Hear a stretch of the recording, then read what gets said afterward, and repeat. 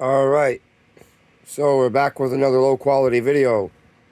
I picked up the cheapest and most mixed reviewed test bench on Amazon. There's like 4 or 5 of these open air test benches.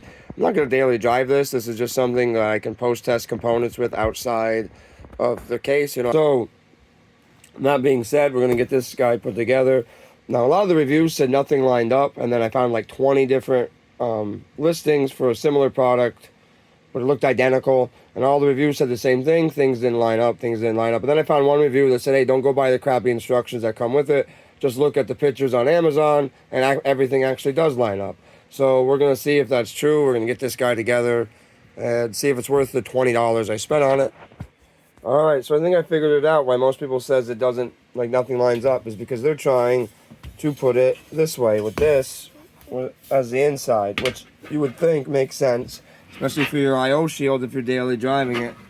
But no, that's not right.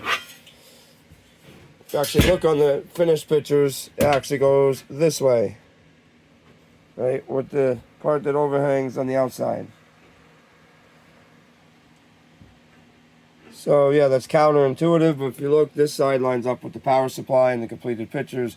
Then when you look through like the actual, not like people's build listings like completed, but the actual like images for this product, yeah, this is how it's supposed to go, and then everything lines up.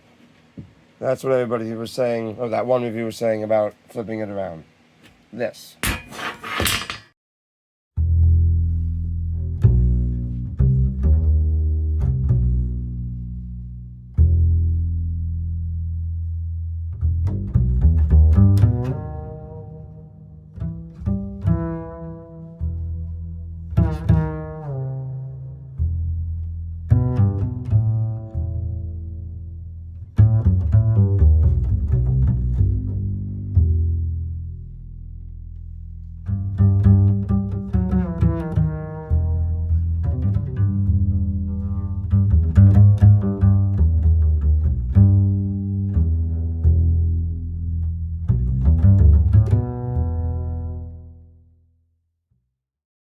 All right, I got this guy all together, and just like I thought, as long as you have everything in the correct orientation, everything lines up.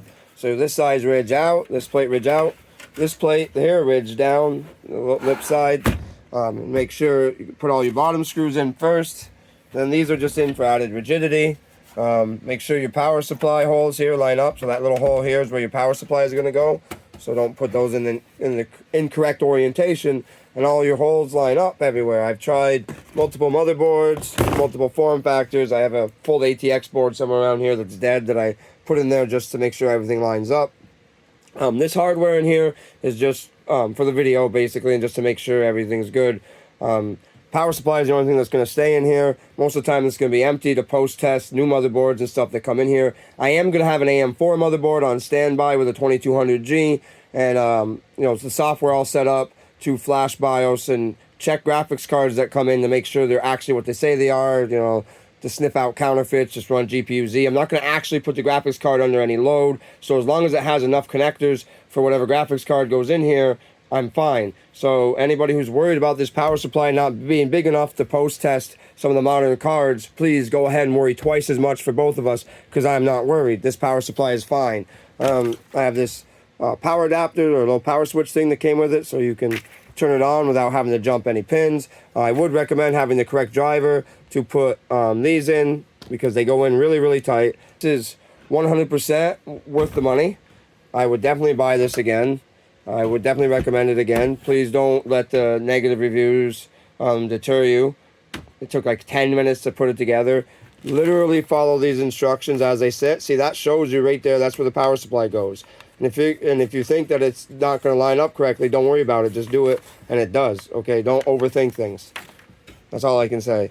But that is it for this low quality video, and I will see you guys in the next one. Let's put this guy in its new home.